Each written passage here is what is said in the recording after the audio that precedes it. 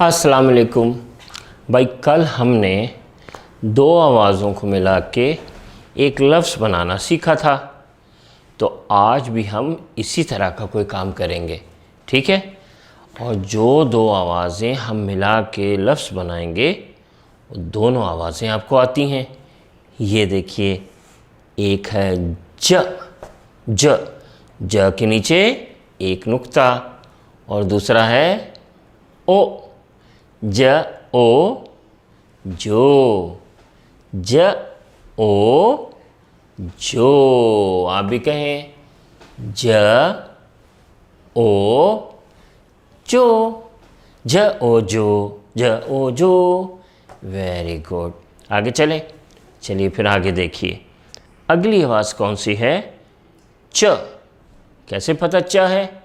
च के नीचे तीन नुक्ते, च ओ चो, च ओ चो, चो चो। आप भी कहें च ओ चो। आगे चलें। ये क्या है जिसमें कोई नुक्ता नहीं होता? वो क्या होता है? ह, ह ओ हो, ह ओ, ह ओ हो, ह ओ हो, ह ओ हो। आखिर में कौन सी आवाज़ है पहली? इसके ऊपर एक नुक्ता होता है।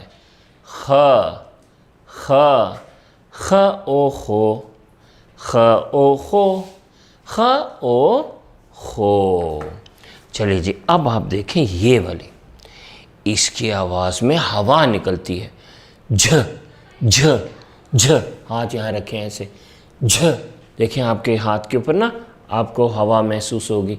झ ओ झो, झ ओ झो, झ ओ झो। चलिए आप भी साथ कहें, झ ओ झो, झ ओ झो। अच्छा, अगला क्या है जिसके नीचे तीन नुक्ते हैं?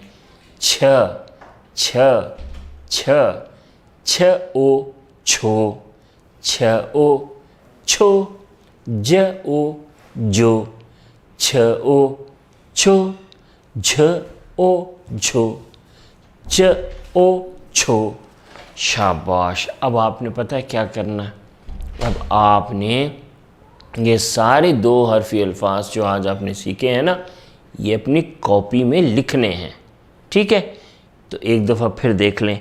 ज ओ जो लिखना है, च ओ चो लिखना है, ह ओ हो, ख ओ हो, फिर झ ओ झो और छ ओ छो।